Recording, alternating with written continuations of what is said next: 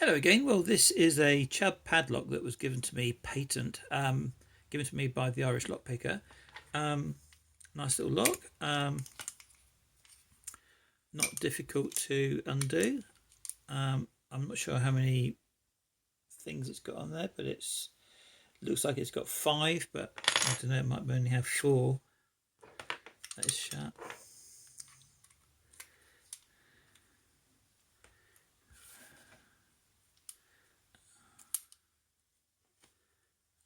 Alright.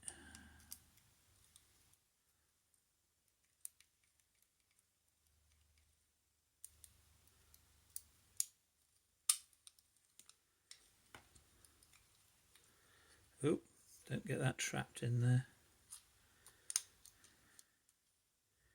Twat.